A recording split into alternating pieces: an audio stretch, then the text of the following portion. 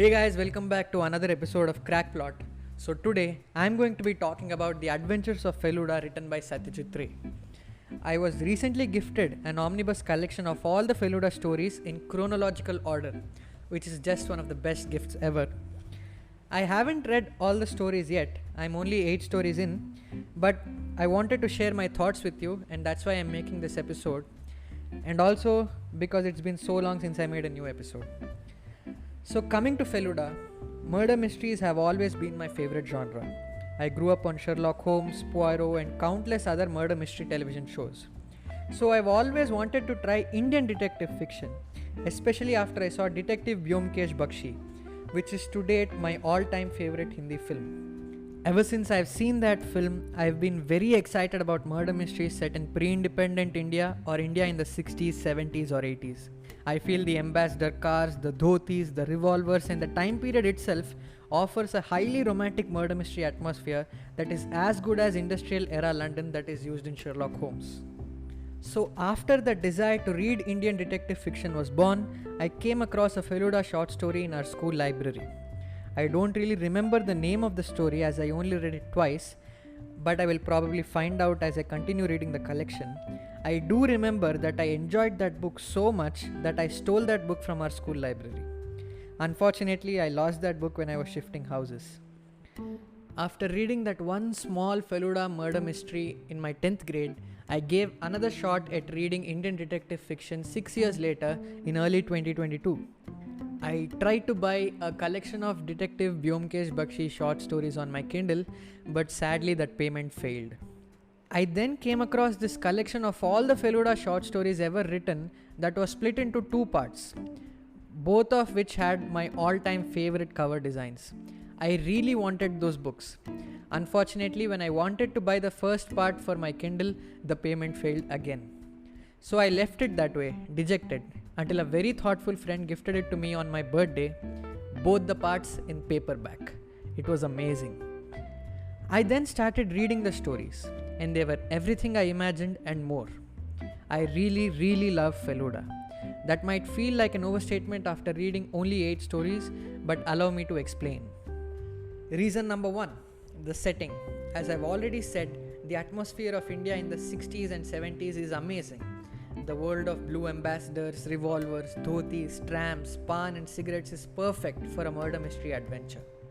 Reason number 2, and probably one of the most important reasons for me. As Feluda was written by Satyajit Ray for a children's magazine, he had to find ways to write mysteries without using elements of bloody violence or romance, which are the 2 most prominent factors in contemporary crime novels. Though I do enjoy some violence, I always find it difficult to enjoy a book when it contains excessive amounts of profanity or sex, which is why I always fall back on comfort reads such as Sherlock Holmes, Poirot, or young adult action novels. Feluda, thankfully, is a revelation. As the target audience is teenagers, Ray didn't use explicit amounts of sex or violence. In fact, in the 8 stories I've read so far, there wasn't even a single story in which love was the motive. It's amazing how Ray has been able to come up with such different motivations and themes for his mysteries with such limited resources. Reason number 3, this collection of short stories is basically a travel vlog or a tour guide for India. Seriously, each story is set in a different state. I've travelled along with Feluda and his sidekick / cousin Tapesh to Lucknow, Rajasthan, Darjeeling, Sikkim, Gangtok, Shimla, Kolkata, Haridwar and so on. Mind you, all of this is just within 8 stories. In almost each new story, Feluda finds himself in a new place. He resides in the local dark bungalow in each place, visits all the attractions in that area like the Bhul Bhulaiya in Lucknow, apple orchards in Shimla, forts in Rajasthan and caves in Ellora. These places are examined through the earnest and curious eyes of Tapesh, the Watson to Feluda's Holmes and the person who narrates to us these stories. These places not only act as exciting tourist attractions, but also as narrative set pieces where murders or action sequences take place. Number 4, the characters. The characters in a murder mystery are really important to make the story come alive, and Feluda has an array of eccentric and exciting characters. We obviously have the titular character, Feluda, the master detective who knows everything about everything.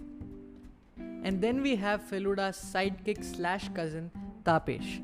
Tapesh is a teenager who goes along with Feluda for all of his adventures, and he is also the person who is narrating to us the exploits of Feluda. And during, I think, around the third story or so, joins Lal Mohan Ganguly. Lal Mohan Ganguly, who is also known as Jatayu, is an author of cheap thriller novels. He meets Feluda and Tapesh during a case, and after that, he keeps following them in the hopes of finding material for his books. And together, the three of them form the perfect team for the readers to get behind, with Feluda being the brains, Tapesh providing the innocence and the childlike excitement, and Jatayu providing the humor. One of the things that differentiates Feluda from other detective fiction that I've read is the amount of action.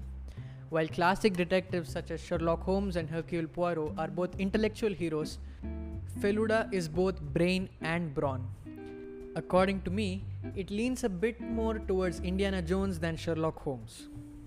There are gunfights in trains, exciting Tonga chases, shootouts among the snow-capped hills of Shimla, and car crashes on the roads of Gangtok. The suspense, the action, the innocent humor, the locations, all of these make you feel like you're watching an exciting action film on the big screen, which isn't hard to believe considering that Satyajit Ray is one of the greatest directors of India. The stories in Feluda are every person's boyhood dream.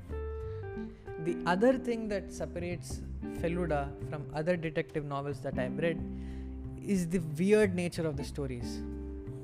I feel because Satyajit Ray could not use violence in his stories, he preferred to use the macabre. Let me explain it to you.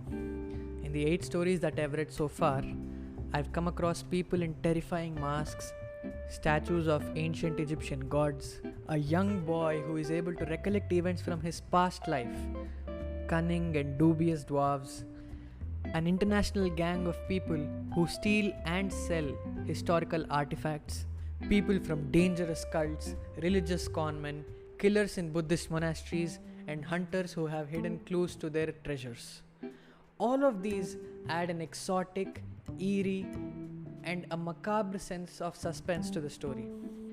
I can really talk a lot more about Feluda, but as it's already been a very long episode, I just want to say that I've enjoyed whatever I've read up to now, and I'm really excited to continue reading more. This is Satyajit Ray's first work that I have been exposed to, literary or film, and now I understand the appeal of the man. I'm looking forward to reading and seeing more works of his in the future. If you're a fan of detective fiction or action books, do give Feluda a read, it's really good. Thank you for tuning in. Do follow The Crack Plot in Instagram, where you can give me suggestions on books or films, and I'll be posting updates about the episodes as they come. Thank you for tuning in. Bye.